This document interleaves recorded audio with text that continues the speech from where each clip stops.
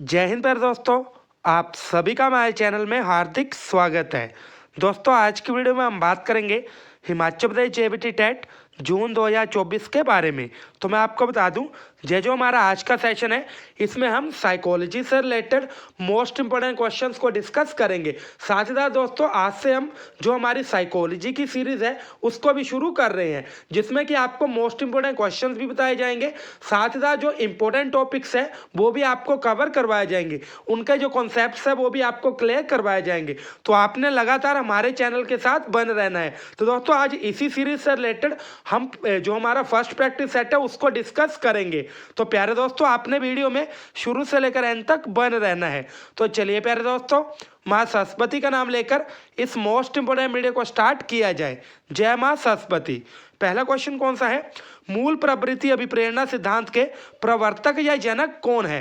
ये जो हमारा सिद्धांत है, कौन सा सिद्धांत? मूल प्रवृत्ति अभिप्रेरणा। इसके प्रवर्तक या जनक कौन है? Right answer will be option C, McDougall. तो दोस्तों यहाँ पे जो हमारा ऑप्शन सी है बिल्कुल ही सही रहेगा। क्वेश्चन नंबर 2 की बात करेंगे। इनमें से कौन सा किशोरावस्था का लक्षण नहीं है? सबसे पहले दोस्तों इस क्वेश्चन का आंसर जानने से पहले हमें ये चीज पता होनी चाहिए कि ये जो किशोरावस्था या एडोलसेंस है वो हमारी लाइफ का कौन सा फेज है। अगर आपको ये चीज पता लग गई तो आपको ऑटोमेटिकली जहां पे जो आंसर है वो पता लग जाएगा। तो देखिए दोस्तों जो हमारी लाइफ है उसका जो 12 से लेकर 18 या 19 वर्ष होते हैं उसको कि हम क्या कहते हैं? किशोरावस्था। उसको हम एडोलसेंस कहते हैं। जब हम 12 से लेकर 18 या 19 साल तक हो तो हम कौन से फेज में होते हैं? किशोरावस्था में। अब देखिए दोस्तों ये जो हमारा फेज होता है लाइफ का, इसमें जो हमारी बॉडी है उसमें बहुत तेजी से चेंजेस आते हैं। जो हमारी ग्रोथ है वो भी पीक पे होती है। तो यहाँ पे शारीरिक परिवर्तन, ये तो गलत होगा क्योंकि क्या पूछा गया? किशोरावस्था का लक्षण नहीं है, क्योंकि जो हमारे शारीरिक परिवर्तन है वो किशोरावस्था में चरम सीमा में होते हैं। आगे व्यवहार में स्थिरता। अब देखिए दोस्तों यहाँ पे जो हमारा व्यवहार है वो स्टेबल नहीं रहता, जो हमारा बिहेवियर है वो स्टेबल नहीं रहता। तो दोस्तों आपको ही पता होगा जो 12 से लेकर 18 या 19 साल तक के लड़के लड़कियां हैं उनका जो व्यवहार है वो स्टेबल नहीं रहता। तो यहाँ पे दोस्तों जो हमारा ये जो क्वेश्चन है इसका आंसर रहेगा व्यवहार में स्थिरता। क्योंकि देखिए दोस्तों यहाँ पे जो हमारा व्यवहार है वो स्थिर नहीं रहता, लेकिन लिखा गया व्यवहार में स्थिरता। तो ये जो ऑप्शन है बिल्कुल ही सही रहेगा। क्वेश्चन नंबर 3 की बात करेंगे। एडोलसेंस पुस्तक के लेखक कौन है? ये जो पुस्तक है एडोलसेंस, इसके लेखक कौन है? काफी इंपॉर्टेंट क्वेश्चन है, इसका आंसर आप सभी को पता होना चाहिए। इसका आंसर रहेगा ऑप्शन ए, स्टेनले हॉल। आगे दोस्तों क्वेश्चन नंबर 4 की बात करेंगे। ट्रायल एंड एरर सिद्धांत के प्रतिपादक कौन है? ये जो हमारा सिद्धांत है ट्रायल एंड एरर, इसके प्रतिपादक या जनक कौन है?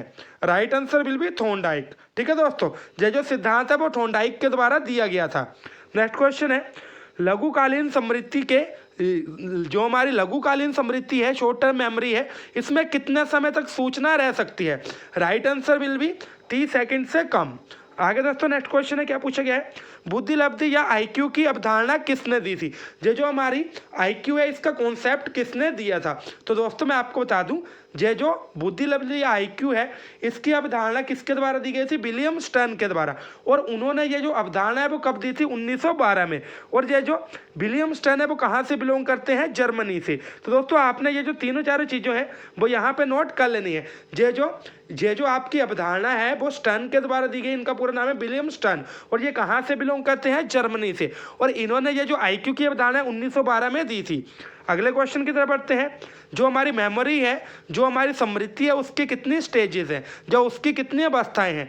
तो दोस्तों बहुत सारी ऐसी आपको बुक्स मिलेगी जहाँ पे 4 भी लिखा गया होगा, 5 भी लिखा गया होगा। दोस्तों वो जो 4 या 5 है क्यों लिखा गया है? क्योंकि देखिए जो हमारी मेन जो 3 स्टेजेस है वो इस क्वेश्चन का जो आंसर है वैसे तो 3 है। ठीक है, जो हमारी मेमोरी है इसकी 3 स्टेजेस रहती है, लेकिन कई ऐसी बुक्स है जो कि आपको कंफ्यूज करेगी।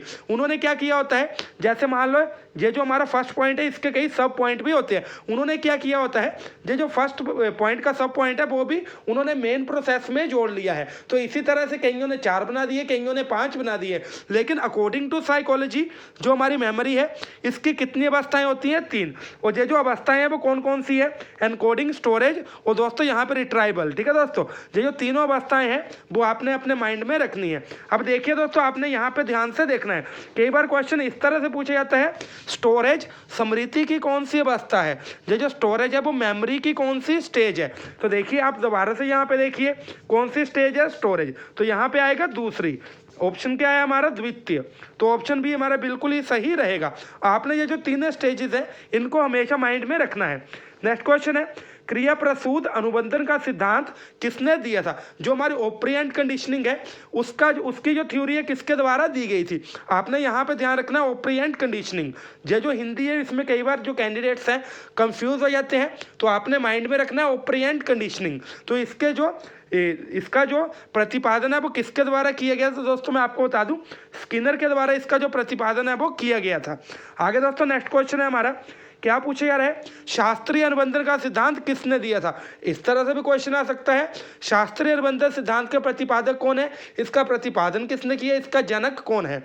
राइट आंसर दोस्तों हमारा रहेगा पेवलव। और ये जो हमारा शास्त्रीय अनुबंधन है इसको हम कहते हैं क्लासिकल कंडीशनिंग। इस तरह से ये क्वेश्चन है कई बार पूछा गया है। दोस्तों हमारा नेक्स्ट क्वेश्चन है, तो इस क्वेश्चन में क्या पूछा गया है, खेल विधि का प्रतिपादक किसे माना जाता है। जो हमारा प्लेवे मेथड है इसका जनक, इसका फादर किसे कहा जाता है, प्लेवे मेथड की खोज किसने की थी। काफी इंपॉर्टेंट क्वेश्चन है।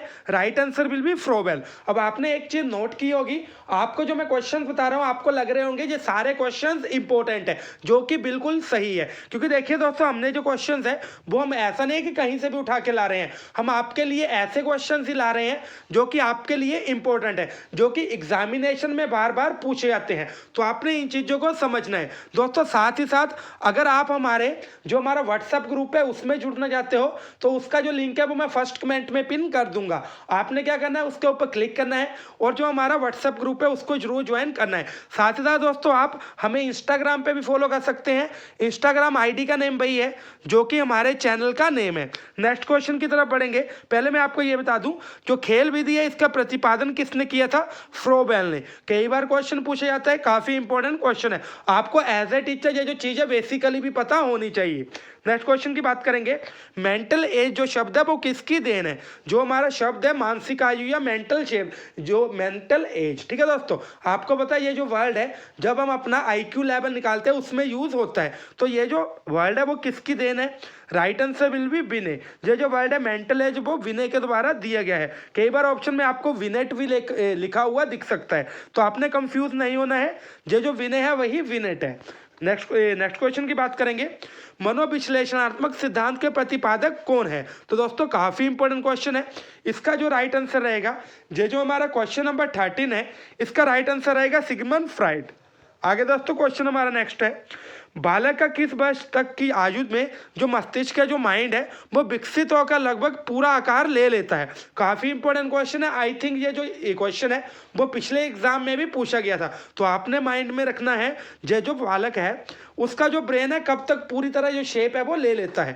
राइट आंसर विल बी 6 वर्ष। ठीक है दोस्तों, 6 वर्ष तक जो बच्चा है उसका माइंड पूरी तरह से डेवलप हो जाता है, पूरी तरह से उसकी जो शेप है वो बन जाती है।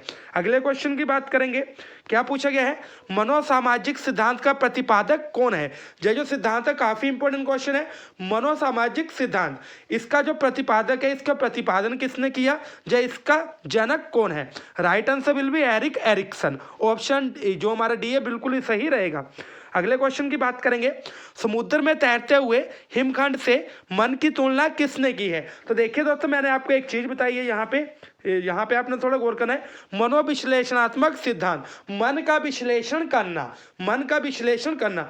आपको पता है मन का विश्लेषण किसने किया था, फ्राइड, क्योंकि यह जो थ्योरी है वो किसने दी थी, फ्राइड ने। अब यहाँ पे क्वेश्चन क्या पूछा जा रहा है, क्वेश्चन पूछा जा रहा है समुद्र में तैरते हुए हिमखंड से मन की तुलना किसने की थी। यहाँ पे भी आपके माइंड में यही चीज आ रही है, यहाँ पे भी जो मन है उसका विश्लेषण किया जा रहा है। तो नेचुरल सी बात है, मन का विश्लेषण किसने किया था, सिगमंड फ्राइड ने। काफी इंपॉर्टेंट क्वेश्चन है, आपने अपने माइंड में रखना है। फ्राइड का क्या कहना था, जिस तरह से जो हिमखंड है वो ऊपर कम होते हैं और जो नीचे उनका एरिया है, जैसे आपने समुद्र में एक हिमखंड देख रहे हो, इस तरह से हिमखंड देख रहे हो तो वो इतना सा उभरा हुआ नजर आ रहा है, लेकिन वो जो नीचे है वो ज्यादा है। तो सिगमंड फ्राइड का ये कहना था कि हमारा मन भी इसी तरह से है, हमें छोटा सा लगता है लेकिन जो हमारा मन है वो गहराइयों में खोया हुआ है। तो जो सिगमंड फ्राइड है उन्होंने इस तरह के कुछ स्टेटमेंट दी थी। ठीक है दोस्तों, आगे नेक्स्ट क्वेश्चन की बात करेंगे, जो हमारी हमारी एक्सपेरिमेंटल साइकोलॉजी है उसके फादर कौन है? प्रयोगात्मक मनोविज्ञान के जनक कौन है? काफी इंपॉर्टेंट क्वेश्चन है। Right answer will be Wilhelm Wundt. ठीक है दोस्तों, ये जो क्वेश्चन है काफी इंपॉर्टेंट है, आपने इसको सीरियसली लेना है। अगले क्वेश्चन की बात करेंगे, एजुकेशनल साइकोलॉजी का जनक किसे कहा जाता है? शिक्षा मनोविज्ञान का जनक किसे कहा जाता है? ये जो स्टेटमेंट है मैं आपको इंग्लिश में इसलिए बता रहा हूँ क्योंकि बहुत सारे ऐसे कैंडिडेट्स हैं जो कि हिंदी मीडियम में कंफ्यूज होते हैं क्योंकि वो शुरू से इंग्लिश मीडियम में पढ़ रहे हैं। तो आपके लिए भी ये क्वेश्चन है, आपने नोट कर लेना है। एजुकेशनल साइकोलॉजी का फादर किसे कहा जाता है? काफी इंपॉर्टेंट क्वेश्चन है दोस्तों। राइट आंसर इसका रहेगा थॉर्नडाइक। अगले क्वेश्चन की बात करेंगे, बालक के व्यक्तित्व की अध्ययन के लिए जो मनोवैज्ञानिक विधि है वो कौन सी है? अब देखिए दोस्तों, इस क्वेश्चन का जो आंसर है आपने अपने आप ढूंढना है। मैं आपको दो ऑप्शन बता रहा हूं, ऑप्शन सी और डी, इन्हीं में से एक है। आपने कहीं से भी सर्च करना है, इस क्वेश्चन का जो आंसर है वो कमेंट बॉक्स में आपने जरूर लिखना है। अगले क्वेश्चन की बात करेंगे, यही हमारा लास्ट क्वेश्चन रहेगा। काफी इंपॉर्टेंट क्वेश्चन है, त्रिआयाम बुद्धि का सिद्धांत किसने दिया था?